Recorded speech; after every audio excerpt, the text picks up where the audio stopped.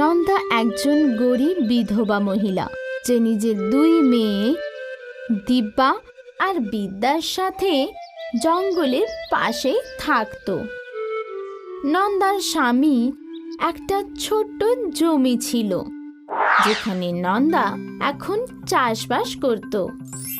আরও খুব কষ্ট করে বাড়ির সমস্ত কাজ করত, আর তারপর চাষবাসও করত। নন্দার আখের চাষ ছিল। একবার নন্দার আখের ফসল ভালো মতোই হয়েছিল। ও নিজের ফসল দেখে খুব খুশি ছিল। এইবারে ফসল বিক্রি করে আমি তোমাদের দুজনের জন্য নতুন জামা কিনে দেব। আর মা, আমার চুড়িও চাই।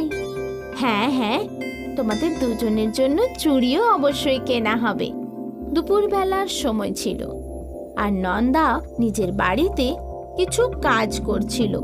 ঠিক তখনই ওর জমিতে একটা হাতি এলো, যার 2 দাঁতই সোনার ছিল। আখের জমি দেখে হাতি খুব খুশি হলো।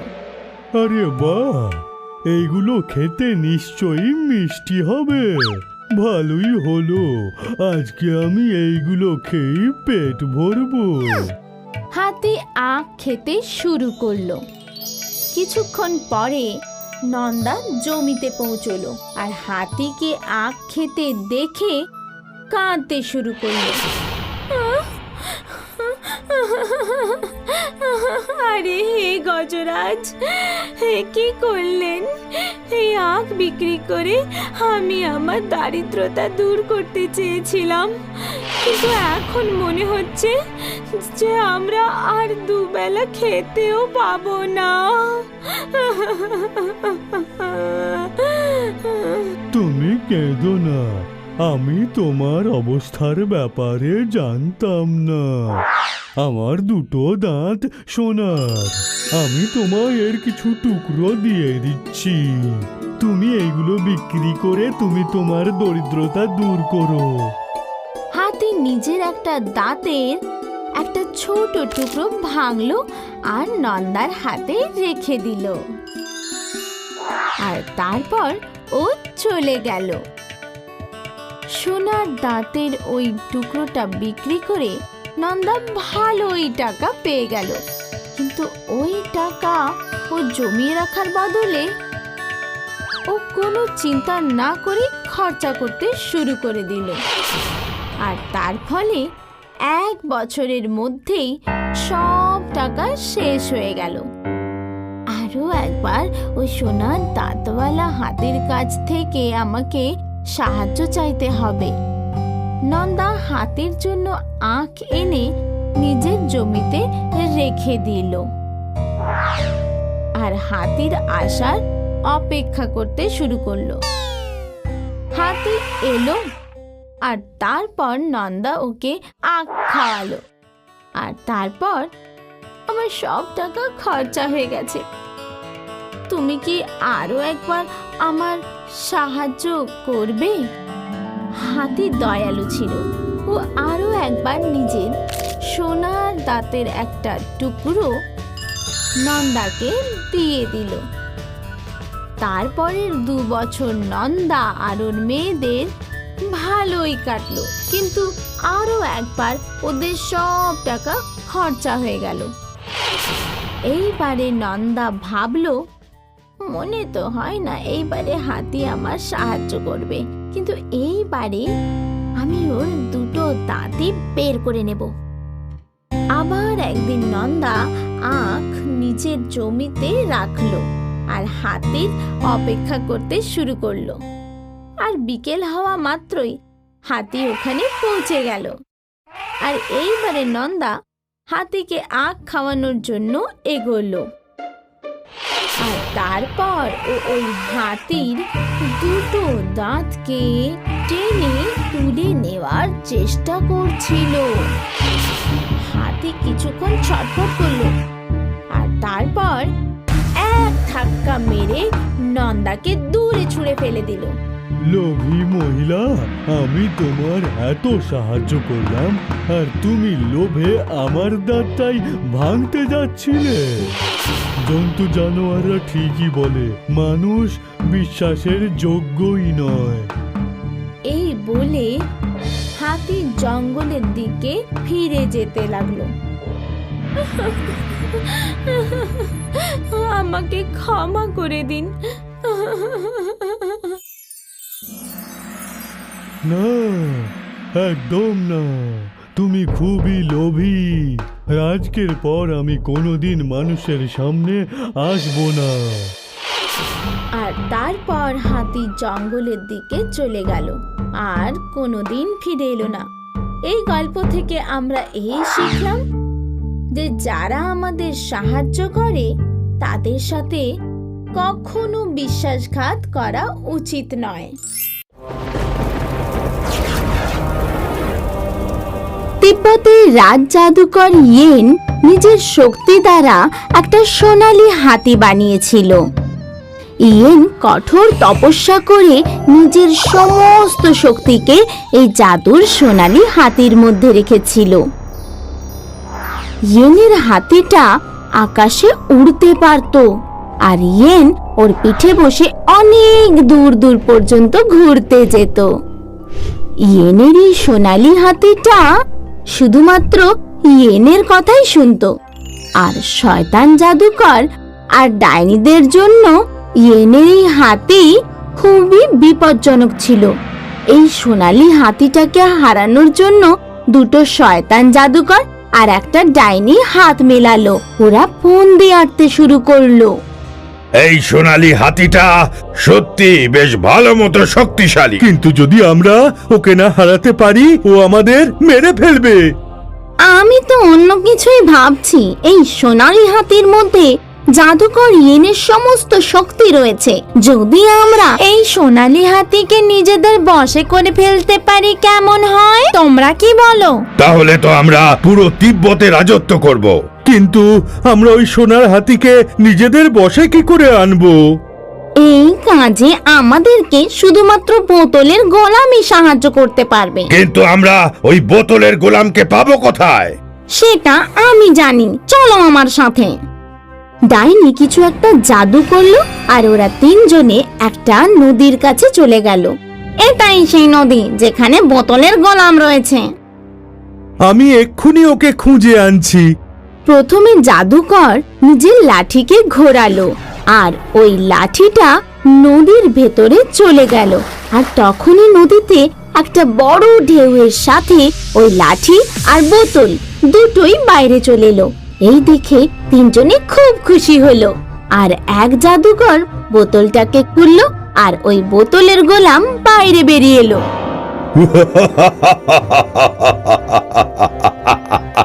শেষ পর্যন্ত 200 বছর পর আমি আবার আজ মুক্ত হয়ে গেছি।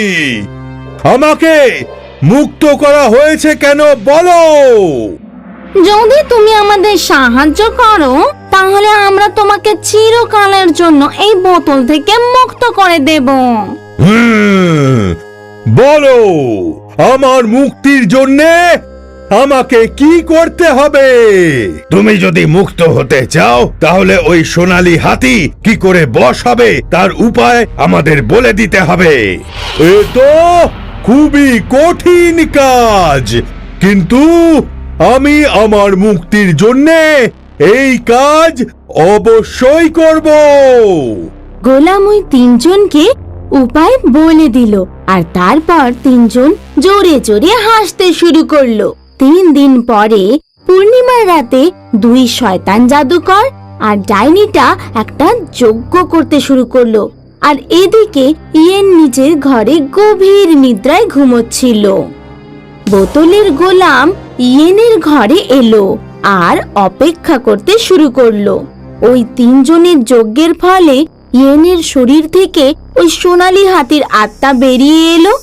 আর যেই ইয়েন আর সোনালী হাতি আলাদা হয়ে গেল, ঠিক তখনই গোলাম নিজের বোতলে ওই হাতিকে বন্দি করে নিল আর জোরে জোরে হাসতে শুরু করলো।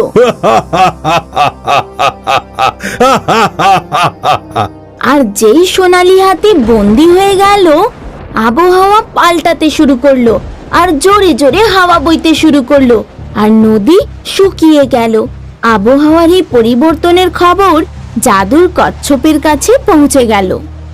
আমি সমস্ত ভালো জাদু প্রাণীদের আদেশ দিচ্ছি যেন তারা সকলে আমার সামনে এক্ষুনি এসে হাজির হয়।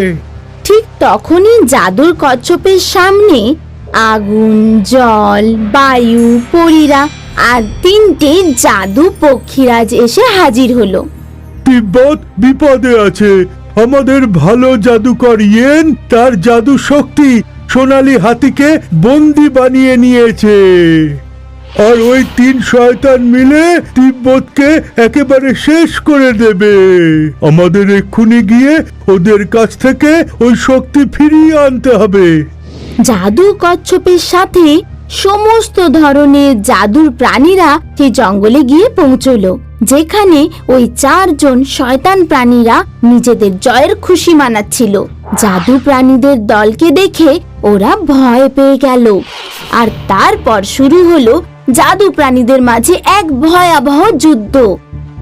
2 শয়তান জাদুকর আর ওই ডাইনি নিজেদের সমস্ত শক্তি লাগিয়ে দিয়েছিল, আর বোতলের গোলাম তো জাদু কচ্ছপের ওপরেই হামলা করে দিল। অনেকক্ষণ ধরে ওদের মধ্যে এই ভয়াবহ যুদ্ধ চলতে থাকলো, আর শেষ পর্যন্ত ভালো জাদু প্রাণীদের দল শয়তানদের ওপরে ভারী পড়লো।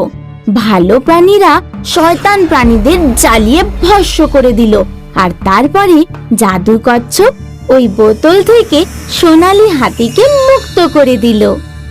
আর যেই সোনালী হাতি মুক্ত হয়ে গেল, আবহাওয়া আবার স্বাভাবিক হয়ে গেল। ফুল ফুটতে শুরু হলো, সব জায়গায় ঠান্ডা বাতাস বইতে শুরু হলো। এই দেখে ভালো জাদু প্রাণীরা খুশি হয়ে গেল, আর তারপর পুনরায় বুড়ো ইয়েনের শরীরে প্রাণ ফিরে এলো। সব আগের মতোই স্বাভাবিক হয়ে গেল। আর এই কাহিনী প্রমাণ করলো যে ভালোদের সর্বদাই জয় হয়। তানপুর গ্রামের পাশে একটা জঙ্গল ছিল, যেখানে একটা হাতি তার পরিবারের সাথে থাকতো। একদিন হাতি তার পরিবারকে হারিয়ে ফেলল। হাতির পেটে বাচ্চা ছিল। ও সারা দিন জঙ্গলে নিজের পরিবারকে খুঁজতে লাগলো, কিন্তু ও তার পরিবারকে খুঁজে পেল না। সন্ধে পর্যন্ত হাতি ঘুরে ঘুরে ক্লান্ত হয়ে গেল। ওর জল তেষ্টা পেল, কিন্তু জঙ্গলে ও কোথাও খুঁজে পেল না জল। জলের খোঁজে ও জঙ্গল থেকে বাইরে তানপুর গ্রামে চলে আসে, আর গ্রামের পুকুরে জল খেতে লাগে। তানপুর গ্রামে বাগিরাম আর শেরসিং নামে 2 জন দুষ্টু লোক বাস করত। ওরা হরিণ, হাতি, চিতার মতো পশুদের মেরে তাদের অঙ্গ প্রত্যঙ্গ নিয়ে বিক্রি করত। ওরা 2 জন পশু শিকারের অপরাধে একবার জেলেও গেছিল, কিন্তু ওরা এদের এই খারাপ কাজ ছাড়ার জন্য প্রস্তুতি ছিল না। সন্ধে হতে 2 জন জানোয়ারের খোঁজে বেরিয়ে যেত চুপচাপ জঙ্গলে। আজ যখন ওরা পুকুরের পাশ দিয়ে যাচ্ছিল, তখন দেখতে পেল একটা গর্ভবতী হাতি পুকুরের জল খাচ্ছে। 2 জন তাড়াতাড়ি একটা গাছের আড়ালে লুকিয়ে পড়ল। দেখতে পাচ্ছিস একা হাতি? মনে হচ্ছে আজ আমাদের কপাল খুলে গেছে। এর দাঁত 2 লাখ টাকার কম বিক্রি হবে না। বন্দুক বের কর, তাড়াতাড়ি একে মেরে দি, তারপর আমরা তো বড়লোক হয়ে যাব। তুইও পুরো গাধা। গতবারের কথা তোর মনে নেই? তুই বন্দুক বের করেছিলিস বলে, আর বন্দুকের আওয়াজ শুনে ফরেস্ট অফিসার চলে এসেছিল আর আমাদের ধরে নিয়ে গেছিল। হ্যাঁ, এবার বুদ্ধি করে কাজ করতে হবে। বাগিরাম আর শেরসিং একটা বড় পেঁপে নিয়ে এলো। তাতে বিষ মিশিয়ে পেঁপেটাকে পুকুরের পাড়ে রেখে দিল আর গাছের পেছনে গিয়ে লুকিয়ে পড়ল। একটু পরেই হাতি পুকুর থেকে উঠে আসে। সে সারাদিন ঘুরে ক্ষুধার্ত ছিল, এজন্য যখনই পেঁপে দেখতে পেল সঙ্গে সঙ্গে ওটা খেয়ে নিল। খুব আনন্দ হচ্ছে, হাতির খেলা এবার তো শেষ ভাই। বাগিরাম আর শেরসিং ধীরে ধীরে মা হাতির দিকে এগোতে লাগলো। হাতির ওপর বিষ কাজ করতে শুরু করে দিল, কিন্তু হাতি একেবারে মরে গেল না, বরং পাগল হয়ে গেল। ও বাঘিরাম আর শেরসিংকে নিজের দিকে এগোতে দেখে ভাবলো বিপদ হয়েছে। নিজেকে বাঁচানোর জন্য ভয় পেয়ে জঙ্গলের দিকে দৌড়তে লাগলো। শেরসিং আর বাঘিরাম ওর পেছনে দৌড়তে শুরু করলো। মা হাতি যতটা তাড়াতাড়ি সম্ভব ততটা তাড়াতাড়ি দৌড়লো, কিন্তু ওই দুটো দুষ্ট লোক ওর পেছন ছাড়লো না। মা হাতির পেটে বাচ্চা ছিল, তাই ও দৌড়তে দৌড়তে তাড়াতাড়ি ক্লান্ত হয়ে পড়ল।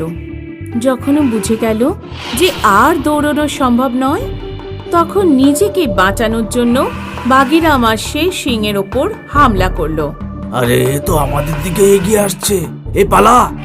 মা হাতি বাঘিরাম আর শেরসিংয়ের পেছনে তাড়া করলো, আর ওরা দুজনে গ্রামের দিকে এগোলো। মা হাতি ওদের পেছন পেছন গ্রামে পৌঁছে গেল। পেঁপেতে মেশানো বিষ ওর সারা শরীরে ছড়িয়ে পড়ল। মা হাতি পড়ে গেল মাটিতে আর মারা গেল। মনে হচ্ছে হাতি এবার মারা গেছে ভাই। শেরসিং মা হাতির পেছনে গিয়ে দেখতে পেল মা হাতি ওর বাচ্চাটাকে জন্ম দিয়েছে। আরে বাহ, একটার সাথে একটা ফ্রি। এই বাচ্চাটাকেও আমরা এবার মেরে ফেলি। শেরসিং আর বাঘিরাম হাতির বাচ্চাটাকেও মারবার কথা ভাবলো, কিন্তু ঠিক তখন গ্রামের লোকেরা ওখানে পৌঁছে যায়। শেরসিং আর বাঘিরাম, তোমরা আজকে আবার একটা হাতিকে মেরে ফেললে। বাঘিরাম আর শেরসিং নিজেদের বাঁচানোর জন্য মিথ্যে কথা বলা শুরু করলো। না না, আমরা হাতিটা মারিনি, এ তো মরে যাচ্ছিল। তারপর আমরা পুকুর থেকে একে তুলে জল খাওয়ালাম, তারপরে পেঁপেও খাওয়ালাম। তুমি মিথ্যে কথা বলছো, আমি শুনেছিলাম। তুমি বলছিলে যে এই হাতিটাকেও মেরে ফেলি, আর তোমরা দুজন মিলে বাচ্চাটাকেও মেরে ফেলার কথা বলছো। গ্রামবাসী, এই দুজনকে পুলিশের হাতে তুলে দাও। গ্রামের লোকেরা বাঘিরাম আর শেরসিংকে গাছের সাথে বেঁধে দিল আর পুলিশকে ডাকবার জন্য লোক পাঠালো। এদিকে শেরসিং আর বাঘিরামের বউয়েরা এসে কেঁদে কেঁদে গ্রামের লোকেদের কাছে ক্ষমা চাইলো। গ্রামবাসী, দয়া করে আমাদের স্বামীদের মাফ করে দাও। আমাদের ঘরে বিবাহযোগ্য মেয়ে রয়েছে, ওরা জেলে চলে গেলে ওদের কোনোদিন বিয়ে হবে না। এমনিতেই আমরা খুব গরিব। আমরা প্রতিজ্ঞা করছি এদের আর কখনো জানোয়ারের শিকার করতে দেবই না। গ্রামের লোকেরা বাঘিরাম আর শেরসিংয়ের কাছ থেকে হাতির বাচ্চাটাকে নিয়ে নিল আর ওদের ছেড়ে দিল। হাতির বাচ্চা গ্রামেই বড় হতে লাগলো। কেউ ওকে আখ খাওয়াতো, কেউ ওর পিঠে চড়ে ঘুরে বেড়াতো। সবাই ওর নাম রাখলো নন্দু। কিছুদিন বাদ গ্রামে শেরসিং আর বাঘিরামের মেয়েদের বিয়ে লাগলো। দুজনের মেয়ে রাত্রেবেলা বাজার থেকে কেনাকাটা করে ফিরছিল। অন্ধকারে দেখতে না পেয়ে ওরা একটা চোরা কাদার ডোবায় পড়ে গেল। দুজনেই সাহায্যের জন্য চিৎকার করছিল, কিন্তু চারপাশে কেউ ছিল না। ওরা ওই কাদা থেকে যতই চেষ্টা করে উঠে আসার, ততই যেন আস্তে আস্তে ভেতরে ঢুকে যাচ্ছিল। ঠিক সেই সময় নন্দু ওখানে এসে হাজির হলো। নন্দু নিজের সুর দিয়ে একটা লম্বা লাঠি ধরে ওদের দিকে এগিয়ে দিল। দুই মেয়ে ওই লাঠি ধরে নিল। তারপর নন্দু ওদের টেনে বার করে আনলো। কাদা মাখা অবস্থায় দুই মেয়ে যখন গ্রামে পৌঁছলো, তখন গ্রামবাসীরা সবাই ওদের ঘিরে ধরল। দুই মেয়ে গ্রামবাসীদের সমস্ত ঘটনা জানালো। সব শুনে বাঘিরাম আর শেরসিংয়ের খুব অনুশোচনা হলো। আমাদেরকে ক্ষমা করে দাও নন্দিনী, আমরা সত্যি খুব অন্যায় কাজ করেছি। তোমরা আমাদের মেয়েগুলোকে বাঁচিয়েছো, আর আমরা তোমাদের মাকে মেরেছিলাম। আমরা নিজেদেরকেও মাফ করতে পারবো না।